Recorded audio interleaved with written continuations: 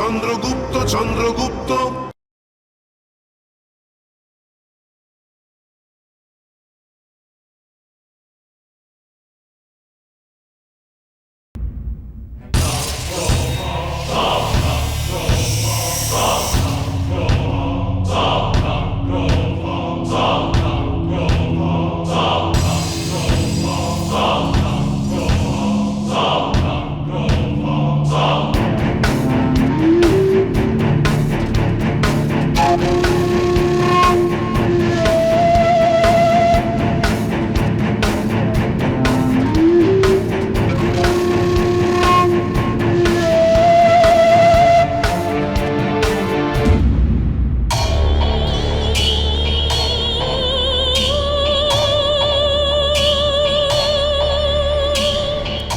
অন্নদাতা, এরা আমার আখড়ার সর্বশ্রেষ্ঠ যোদ্ধা।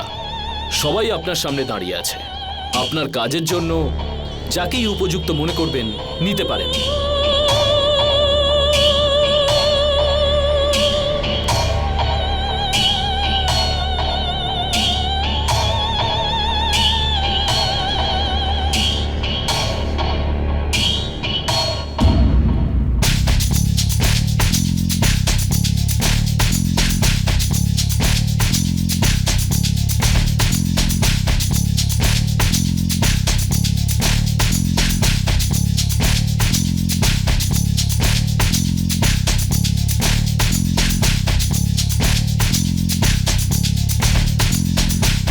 আমি চাই যে সবাই একে একে নিজেদের তলোয়ারগুলোকে বের করো আর আমার উপরে আক্রমণ করো।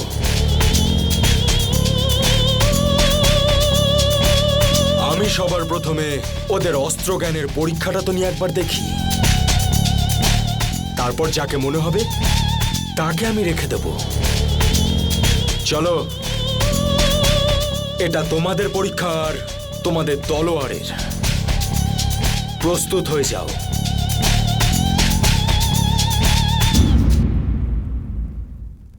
হ্যাঁ হ্যাঁ, পরীক্ষা তো অবশ্যই হওয়া উচিত। তোমরা দুজনে প্রথমে আক্রমণ করো।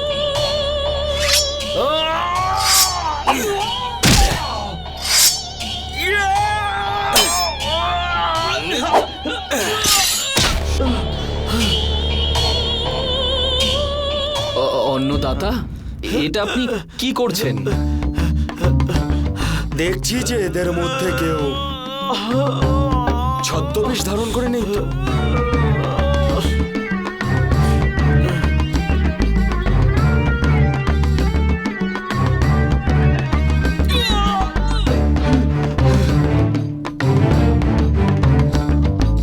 শম্বা শম্বা,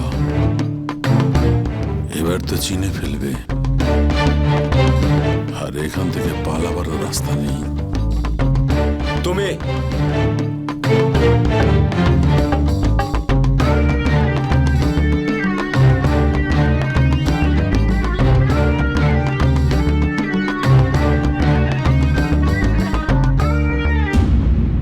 ত্রিগদা ত্রিগদা ত্রিগদা।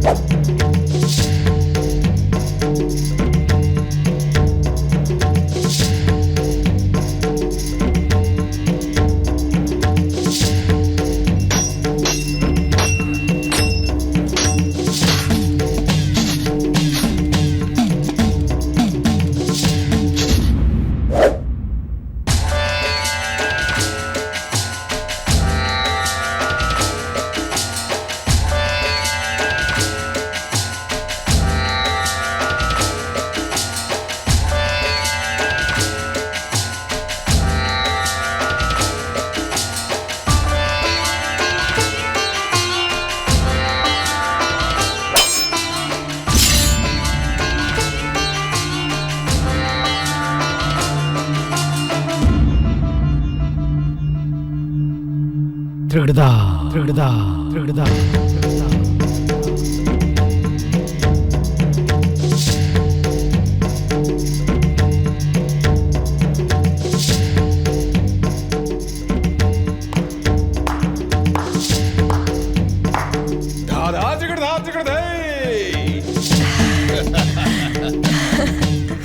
বাহ বাহ রাজকুমারী দুর্ধরা বাহ! এখন শুধু আমার পুত্রই নয়, আমার কন্যাও তলোয়ার চালানোয় নিপুণ হয়ে গেছে। বাহ! দিনক দিনক দিন ধা। আমি তোমাকে নিয়ে গর্বিত দুর্ধরা। এটা তো আমার সৌভাগ্য বাবা। বাবা, আমি ভাবছিলাম যে অনেক বছর হয়ে গেল আমি দিদাকে দেখতে যাইনি। যদি তুমি অনুমতি দাও তাহলে কিছুদিনের জন্য ওনার সাথে দেখা করার জন্য সাহালে যেতে চাই। Trigda, trigda, trigda, trigda. দিদা, যাও, অবশ্যই যাও। এমনিতেও তোমার সুখ সুবিধা আর সুরক্ষার জন্য ভদ্রশাল তো ওখানেই আছে।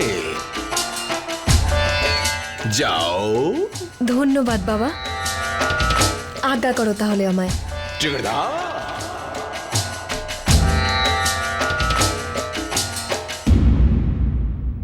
অমাত্য প্রধান মুদ্রা রাক্ষস Trigda, trigda, trigda, trigda. মহারাজ, ভদ্রশালকে এক্ষুনি সংবাদ পাঠাও, আমার মেয়ে দুর্ধরা সেখানে যাচ্ছে। ওর যদি কোনো কষ্ট হয় তাহলে আমি ওর ছাল ছাড়িয়ে নেব। ঠিক আছে মহারাজ। তিত্ত কট্ট থিন্না।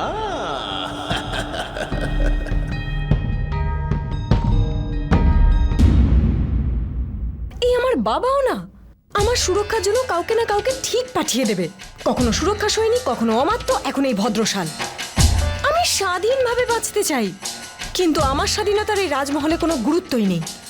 রাজকুমারী, ঈশ্বরের নামে এবারে স্বাধীনতার নামে নতুন কোনো পরিকল্পনা করবেন না। আপনার স্বাধীনতা মহারাজের কাছ থেকে লুকিয়ে রাখতে পারবেন না। আপনাকে তো কেউ কিছু বলবে না, কিন্তু আমায় মহারাজ কোনোভাবেই প্রাণে বাঁচতে দেবেন না। আজ পর্যন্ত কি মহারাজ আমার গতিবিধি সম্পর্কে কিছু জানতে পেরেছেন? কিন্তু আমি জানি না, আমার খুব ভয় করে। আমি শুনেছি ভদ্রশাল খুব চালাক আর খুব নৃশংস। চালাক তো কি হয়েছে, এরকম চালাক আগে অনেক দেখেছি আমি। আর নৃশংসতার কথা উঠলই যখন, আমাদের মিহিকার সামনে অনেকের নৃশংসতাই হার স্বীকার করে। কিচ্ছু হবে না। রাজকুমারী, এটা তো বলুন পরিকল্পনাটা কি?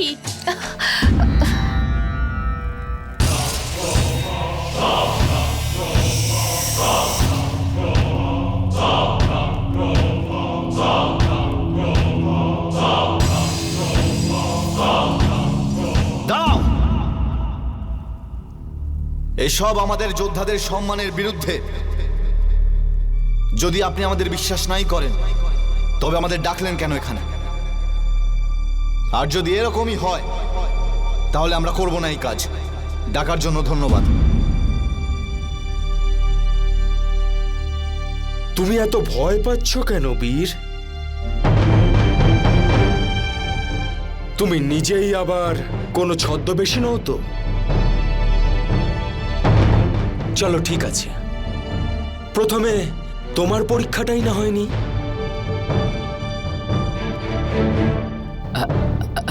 অন্নদাতা, এ তো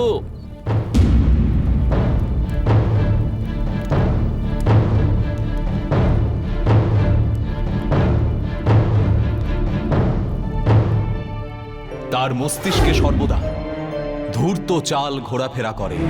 একটা ধূর্ত নেকড়ে যেমন হয়, ব্যাস ভদ্রশাল সেরকমই।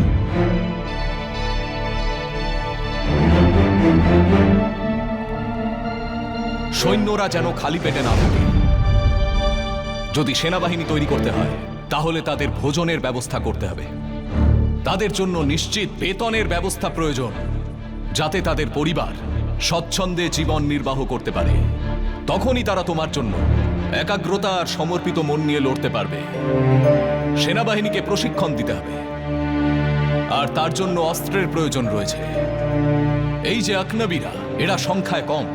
সেনাবাহিনী তৈরি করতে হলে তোমার আরো অনেক সৈন্যের প্রয়োজন পড়বে, আর তাদের সবারই এই সব প্রয়োজন পড়বে। আর এই সবার জন্য তোমার সব থেকে বেশি যা প্রয়োজন তা হলো সোনা। যদি বাহিনী গঠন করতে হয় তাহলে তোমার সোনা চাই চন্দ্রগুপ্ত, সোনা।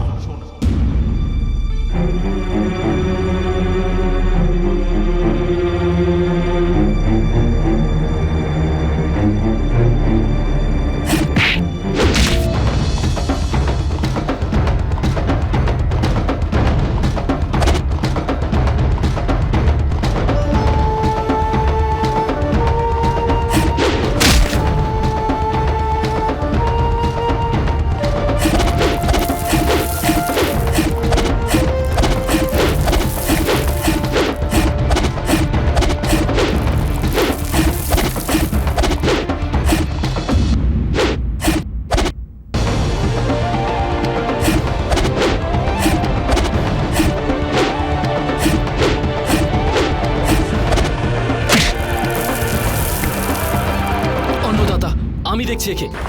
তোর এত বড় সাহস, তুই আমার অন্নদাতার উপর হাত তুললি? এই দিনটার জন্য তোকে আমি দুধ দই খাইয়ে পুষেছিলাম। আজকে তোকে আমি দেখাচ্ছি। ক্ষমা করবে মিত্র।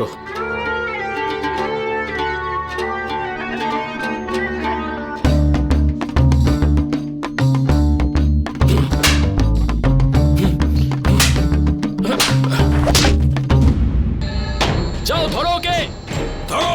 ও লাখার নাম পুরো খারাপ করে দিয়েছে।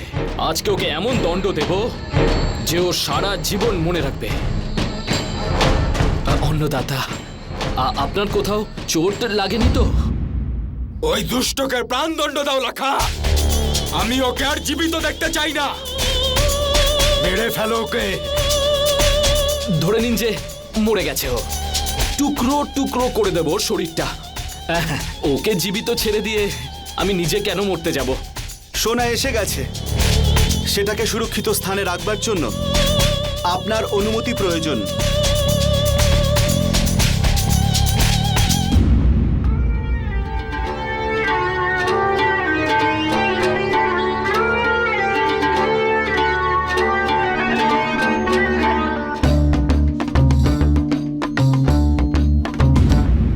রাখ, সর এখান থেকে। কোথায় আছে? আমি দেখিনি।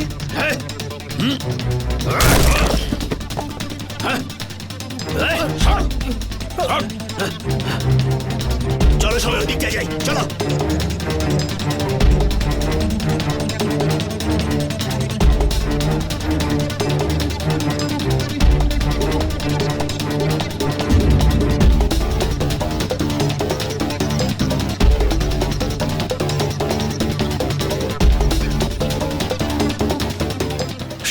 সম্মা, এই ভদ্রশাল তো আমাদের ভাবনার থেকেও বেশি চালাক।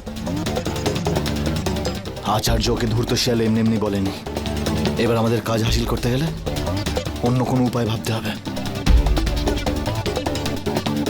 আমাদের আরো বেশি সাবধান থাকতে হবে, কারণ আমাদের ব্যাপারেও সতর্ক হয়ে গেছে আর সন্দেহ করছে এ ব্যাপারে। আমি ওই মহলে প্রবেশ করবার একটা সুযোগ হারিয়ে ফেলেছি, কিন্তু তুমি হারাওনি। যাও আর গিয়ে ওকে বলো যে তুমি আমাকে দেখতে পাওনি। তুমি একমাত্র মহলে গেলেই জানতে পারবে যে স্বর্ণ কোথায় লুকোনো আছে। যাও। ঠিক আছে চন্দ্রগুপ্ত, তুমি যেমনটা বলছো তেমনটাই করব। ফিরে যাব আর গিয়ে বলবো তোমাকে পাওয়া যায়নি, কিন্তু আমি একলা এই মহলের মধ্যে কিচ্ছু করতে পারবো না চন্দ্রগুপ্ত। চিন্তা করো না, আমি যে কোনো উপায় মহলে প্রবেশ করবই।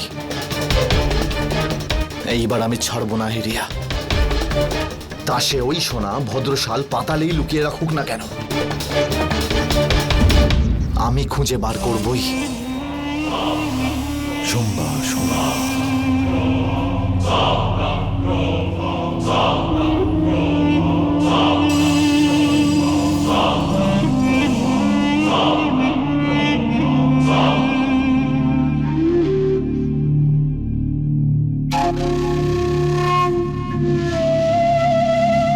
এত সোনা দেখে কার মন না বিচলিত হবে মারুত, কিন্তু ভদ্রশালের মন বিচলিত হবে না। আমার স্বপ্ন এই অল্প পরিমাণ সোনায় পূর্ণ হবে না মারুত। আমি এই জীবনে অনেক কিছু পাওয়ার স্বপ্ন দেখেছি, আর আমি সেটা পূরণ করেই ছাড়ব।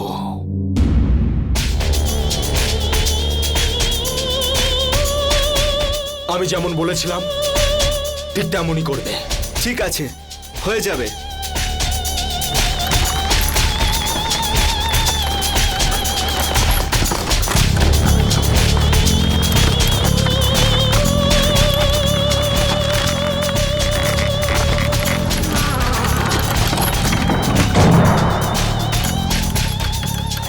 আপনার বিচারে এই পরিকল্পনা সফল হবে তো?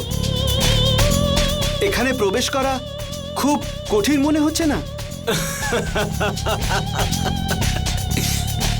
জানি মারুত, এখানে প্রবেশ করা কঠিন নয়, কিন্তু একবার এখানে প্রবেশ করার পর এখান থেকে বেরোনো অসম্ভব।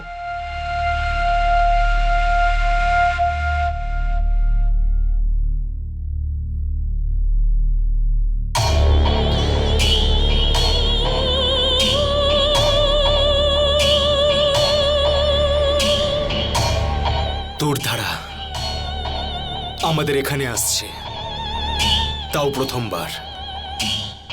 চলো মারুত, ওনার আসার আগে অনেক কিছু করতে হবে। চলো।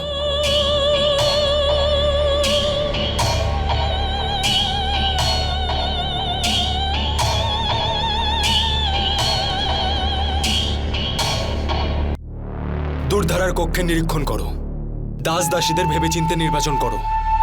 আচ্ছা, তুমি একটা কাজ করো, এখানকার সব থেকে ভালো দাসীদের বেছে ওনার সেবায় নিযুক্ত করো। আর হ্যাঁ, ভোজনের একটা সূচি পাটুলিপুত্র থেকে আনিয়ে রাধুনীদের দিয়ে দাও। আজ থেকে ওনার পছন্দের রান্না হবে।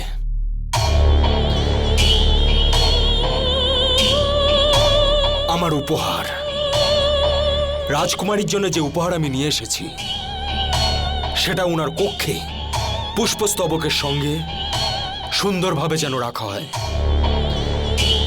দেখো মারুত, রাজকুমারীর সুখ স্বাচ্ছন্দ্যে যেন কোনো খামতি না থাকে, এটা আমার সম্মানের ব্যাপার। মহারাজ ধননন্দের থেকে চন্দ্রগুপ্ত আর চাণক্যকে বন্দি করে পুরস্কার স্বরূপ দুর্ধারার হাত চাইতে হবে। বুঝতে পারছো তো তুমি? তাই যাতে রাজকুমারী আমাদের আতিথেয়তায় প্রসন্ন হয়, সেটার উপর আমার ভবিষ্যৎ নির্ভর করছে। তাই সব কাজ যেন ঠিকভাবে হয়, আর তোমার ভবিষ্যতের জন্য এটা আবশ্যক যে সব কাজ যেন ঠিকভাবে হয়।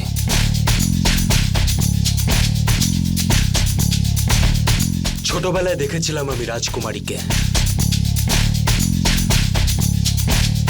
এখন উনি দেখতে কেমন হয়েছেন সেটা তো শুধু আমি কল্পনাই মাত্র করতে পারি।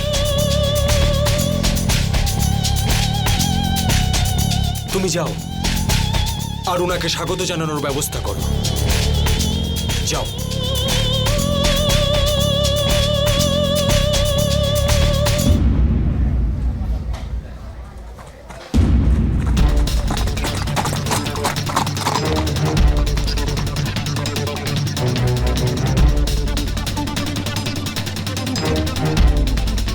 সরে যাও, সরে যাও, মগধের রাজকুমারীর সংকট আসছে।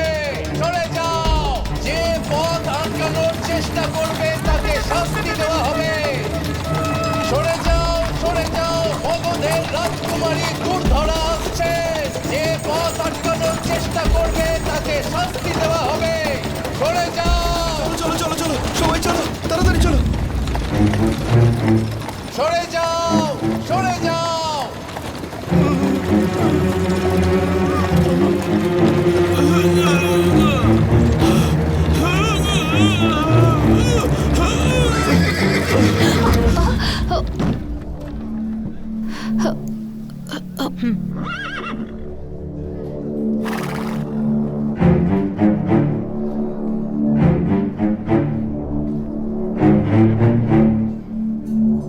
তোমার সাহস হলো কি করে আমার রথ আটকানোর? তুমি কি জানো না যে এই রথ রাজকুমারী দুর্ধরার? তুমি যেই হও না কেন, একজন অসহায় বৃদ্ধকে চাপা দেওয়া তোমাদের কোনো অধিকার নেই। আমি যা খুশি তাই করতে পারি, কারণ আমি মহারাজ ধননন্দের কন্যা রাজকুমারী দুর্ধরার প্রধান দাসী। বুঝতে পারলে?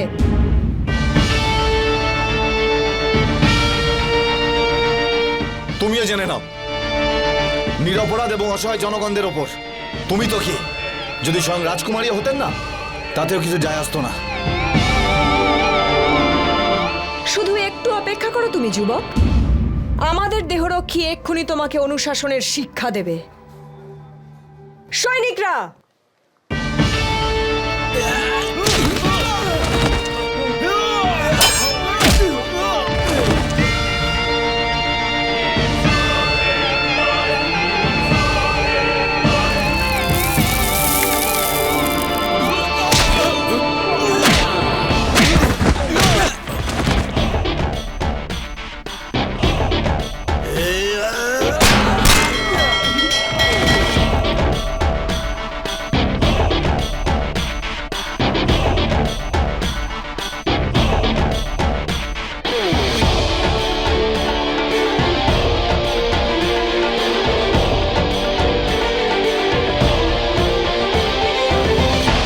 এদের সভ্যতার পাঠ পড়ানো খুবই আবশ্যক ছিল, কিন্তু যদি এরপর এরা মগধের নাগরিকদের সঙ্গে কোনো রকম অন্যায় বা অত্যাচার করে তো সেই একই পাঠ আরো একবার পড়িয়ে দেব আমি।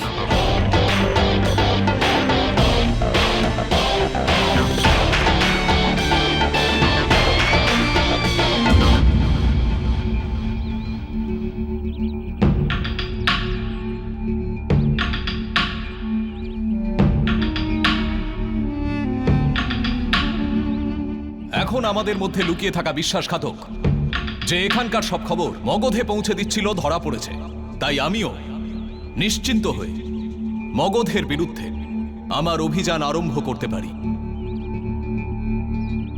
তোমরা সবাই এটা জানার পরেও যে এই অভিযানে প্রতি পদে বিপদ আছে, নিজেদের ইচ্ছে এতে অংশগ্রহণ করতে রাজি হয়েছে। তাহলে একটা কথা তোমরা জেনে নাও, যে আমার অখণ্ড ভারতের নির্মাণের পথে এই অভিযানেরও একটা অত্যন্ত গুরুত্বপূর্ণ ভূমিকা থাকবে। ধননন্দ জানে যে আমি এখন এখানে এই বিন্ধু পর্বতের জঙ্গলে আছি। ওর সৈনিকেরা এই সমস্ত জঙ্গল ঘিরে রেখেছে, আর আমি যতক্ষণ এখানে আছি ওরা এইভাবেই এই জঙ্গল ঘিরে রাখবে। ও নিজের এই বিশেষ সেনাবাহিনীর সাহায্যে ওখানে পাটলিপুত্রে এই ভেবে বসে আছে যে চাণক্য তো ওই জঙ্গলে আটকা পড়েছে, কিন্তু আমি চাই যে ও শান্তিতে না থাকুক, চিন্তিত থাকুক, অস্থির হয়ে থাকুক। ও যত বেশি সৈনিকের দ্বারা এই জঙ্গল ঘিরে ফেলুক। ও জানে না যে তোমরা আখনাবিরা এই জঙ্গল থেকে বেরোনোর কত পথ জানো, যার ওপর কিছুতেই ওর সৈনিকদের দৃষ্টি পড়বে না। আর তাই আমি চাই তোমরা সবাই বিভিন্ন দিক দিয়ে এই জঙ্গলের বাইরে যাও। জঙ্গলের বাইরের শহরে সাহাল, আরুবলি, লাজভি, নগ্রেশ, এই সব শহরে যেখানকার বেশিরভাগ মানুষ আমাকে দেখেনি, কেবল আমার বিষয়ে শুনেছে যে একজন ব্রাহ্মণ আছে যার শিখা সর্বদা খোলা থাকে। আর তাই আমি চাই যে তোমরা সেই শহরগুলিতে চাণক্য সেজে যাও। আর আমি যেরকম বললাম তোমরা তাদের সামনে এমন ভাবে উপস্থিত হও সেখানকার মানুষ এবং সেখানকার চরেরা ধননন্দকে খবর দেয় যে তারা চাণক্যকে দেখেছে। আমি চাই যে সাহালের আশেপাশের সমস্ত এলাকা এই কথাতে উত্তেজিত হয়ে যাক যে তারা চাণক্যকে এখানে দেখেছে বা চাণক্যকে ওখানে দেখেছে। আর ধননন্দের কাছে যখন এই সব খবর পৌঁছবে তখন তার মনে হবে যে সাহালের আশেপাশের শহরে মানুষেরা চাণক্যকে দেখেছে একসঙ্গে অনেক জায়গায় একই সময়ে। ধননন্দকে এইসব খবরে বিভ্রান্ত করে তাকে শহরে খোঁজ খবর করতে ব্যস্ত রেখে আমি এখানে জঙ্গলে বসে বসে চন্দ্রগুপ্ত আর তার সঙ্গীদের সাহায্য করতে চাই।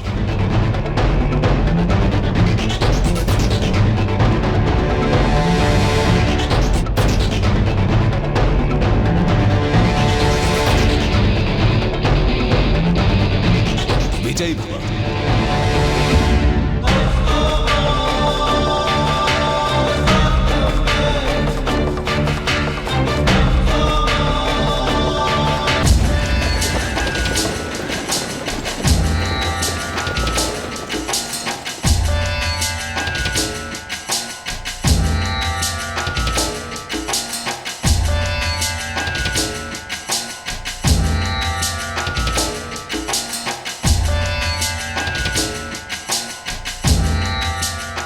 আসুন রাজকুমারী।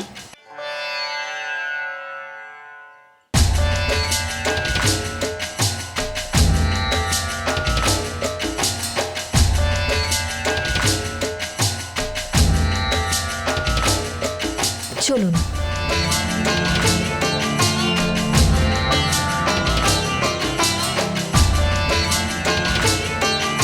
ভদ্রশাল সাহালে রাজকুমারী দুর্ধারাকে স্বাগত জানাচ্ছে। আপনার সৌন্দর্যকে ব্যাখ্যা করার মতো আমার কাছে ভাষা নেই।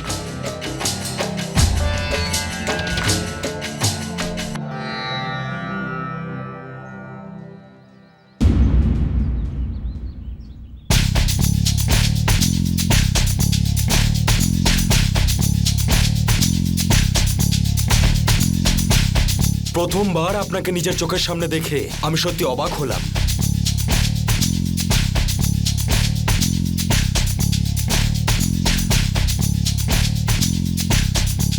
ছোটবেলার পর আজ প্রথমবার দেখছি আপনাকে রাজকুমারী। রাজকুমারী, আপনি একজন দাসীর পিছনে কেন যাচ্ছেন? আসলে ও আমার খুব ভালো সখীও তো, সেই কারণে।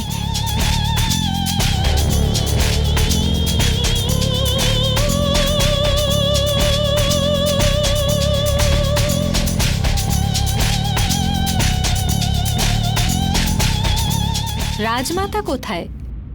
আসলে পাশের গ্রামে একজন সাধু এসেছেন, ওনার সঙ্গে দেখা করতে গেছেন উনি। দুদিনের মধ্যেই চলে আসবেন।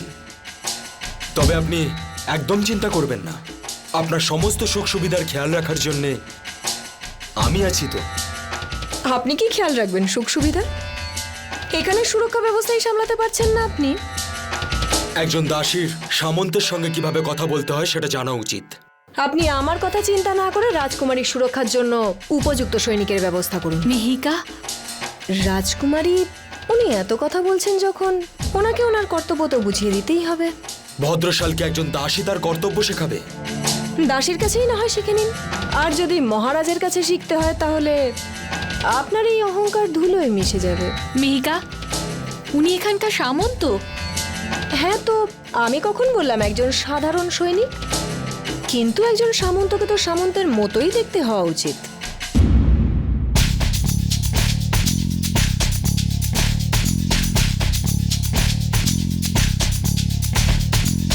রাজকুমারী, আপনার এই দাসী তো খুব মুখ চড়া, কিন্তু কোনো ব্যাপার নয়। আপনার জন্য আমি একেও না হয় সহ্য করে নেব। চলুন। আচ্ছা, আর একটা কথা রাজকুমারী, কাল বা পরশু যখন আপনার মনে হবে আপনি শিকারে যেতে পারেন, ভালো লাগবে। এরকম সৈন্যদের সাথে শিকারে গেলে আনন্দ আমরা নয়, হিংস্র পশুরা পাবে।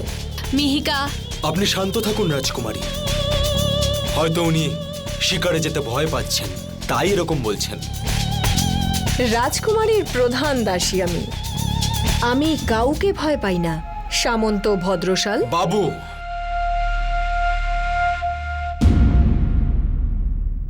ভদ্রশাল বাবু বলা উচিত তোমার দাসী।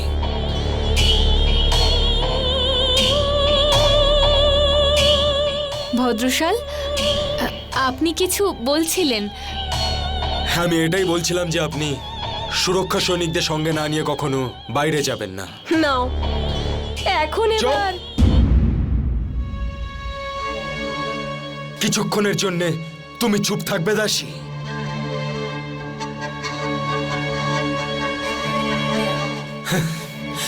আসলে রাজকুমারী, আমি এটা বলছিলাম যে মগধের শত্রু চন্দ্রগুপ্ত আর চাণক্যের সাহালে থাকার সম্ভাবনা রয়েছে। সেই জন্য আপনি এরকম দুর্বল সৈনিক পুষে রেখেছেন। সহ্যের সীমা কিন্তু ছাড়িয়ে যাচ্ছে দাসী। একটা কথা বলুন তো আপনি ভদ্রশাল বাবু, যদি মাঝপথে রাজকুমারীর রথ কেউ আটকায় আর আপনার সৈন্যরা সেই একটি লোককে ধরে তাকে দণ্ড দেওয়ার পরিবর্তে তার কাছে মার খেয়ে পালিয়ে যায়, তাহলে এইরকম সৈন্যদের কি বলবেন আপনি? বলুন। তারপরেও এত জোর গলায় বলছেন আপনি।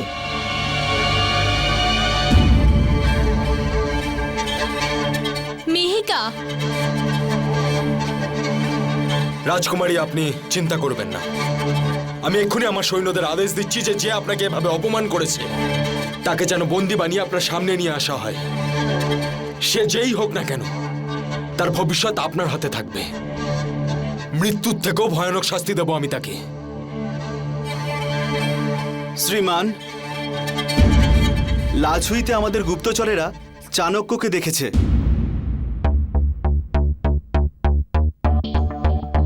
এবার আমার সুযোগ এসেছে। রাজকুমারী, আমার মন তো চাইছে না, কিন্তু হঠাৎ করে কিছু কাজের জন্য আমাকে এক্ষুনি এখান থেকে যেতেই হবে। আমি যাওয়ার আগে সাহালে সেনানায়ককে এটা আদেশ দিয়ে যাচ্ছি যে যে আপনার সাথে এই অভদ্রতা করেছে তাকে বন্দি করে আপনার সামনে উপস্থিত করে তারপরে আপনি তাকে যা খুশি তাই শাস্তি দিতে পারেন।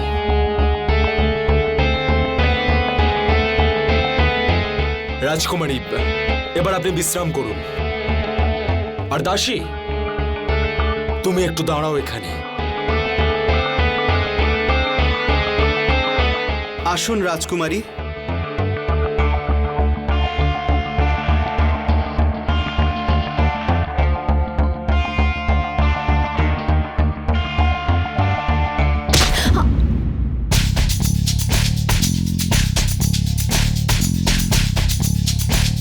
দেখ দাসী, আজ তুই অভদ্রতার সীমা লঙ্ঘন করে যা খুশি তাই বলে নিয়েছিস, কিন্তু একটা কথা কান খুলে ভালোভাবে শুনে নে।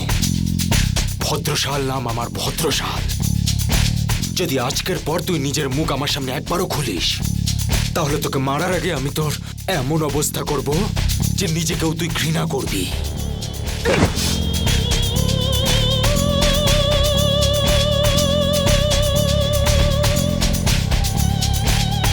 আমার এই অপমান আমি সারা জীবন মনে রাখবো ভদ্রশাল।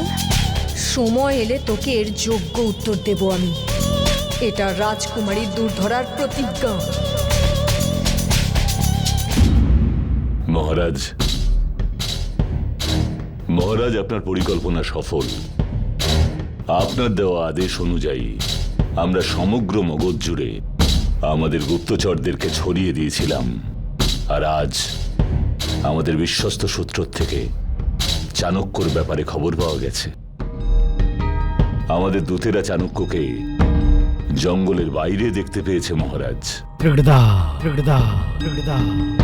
শুধু সংবাদে আমি সন্তুষ্ট নই অমাত্য, কাজেও করে দেখাতে হবে। অনেক শুনেছি আমি তোমার এই সব গল্প। এবার গিয়ে ধরো ওই চাণক্যকে। জীবিত ধরে আনো কিংবা মেরে আনো, কিন্তু নিয়ে এসো। যাও।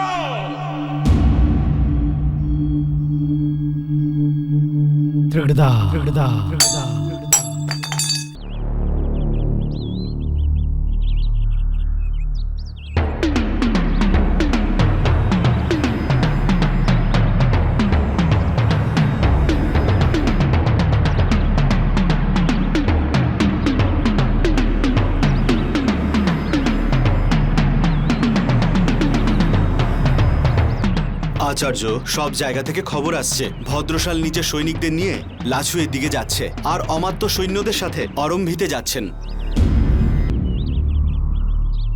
সাহালের আশেপাশের শহরে সম্ভবত আমার মতো দেখতে লোকেদের দেখতে পাওয়ার খবর ধননন্দের কাছে পৌঁছে গেছে। এবার খেলা শুরু হবে। এদিকে শত্রু তার দিকভ্রান্ত চাল চালছে, আর এই সময় চন্দ্রগুপ্তকেও তার চাল চালতে হবে। এক্ষুনি খবর দাও চন্দ্রগুপ্তকে। সুযোগ নিজে এসে ধরা দিচ্ছে, ও যেন আঘাত করার জন্য প্রস্তুত থাকে। মণি সাপের কাছে থাকে, আর সাপ গর্ত থেকে বেরোতে চলেছে।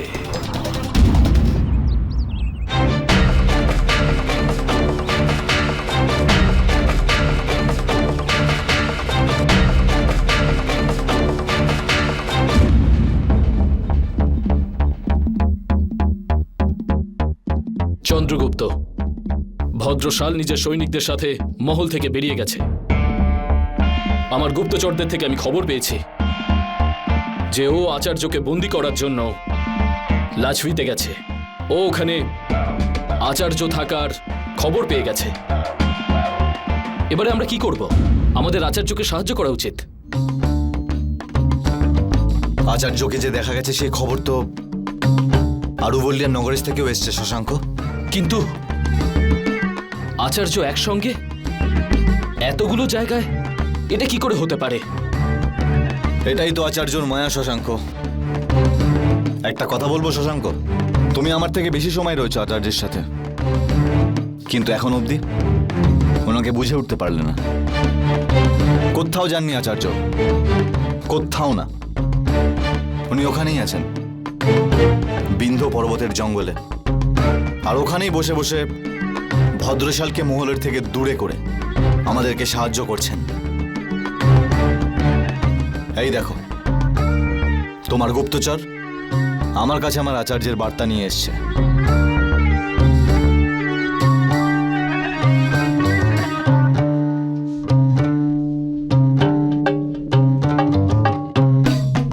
সুযোগ আমাদের দরজায় কড়া নাড়ছে, প্রস্তুত হয় না। কিন্তু আচার্য এখানে কি লিখেছেন? যে মণি সবসময় সাপের কাছে থাকে আর সাপের গর্ত থেকে বেরোনোর কথা। এর মানে হলো এই শশাঙ্ক, যে স্বর্ণ লুট করবার উপযুক্ত সময় এসে গেছে। এবার যখন ভদ্রশাল মহল থেকে অনেকটাই দূরে, আমাদেরকে আজ রাতেই মহলে প্রবেশ করতে হবে। লুকিয়ে চুরিয়ে বা যেভাবে হোক কিচ্ছু যায় আসে না। মহলে নিজের লোকজনদের সক্রিয় করে দাও। স্বর্ণের লুট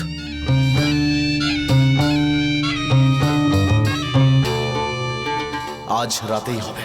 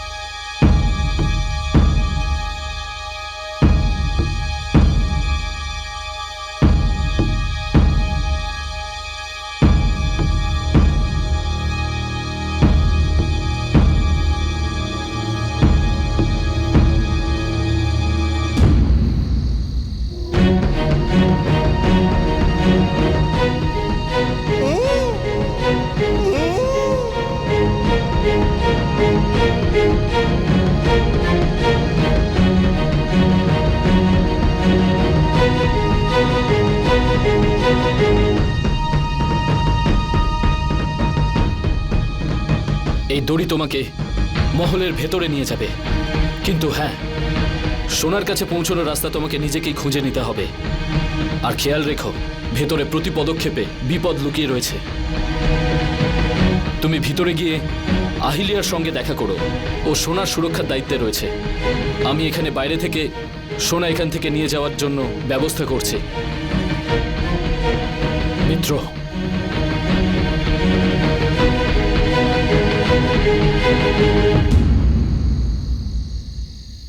নিজের খেয়াল রেখো। অনেক বছর পর দেখা হয়েছে, কোথাও হারিয়ে যেও না। এবার যাও।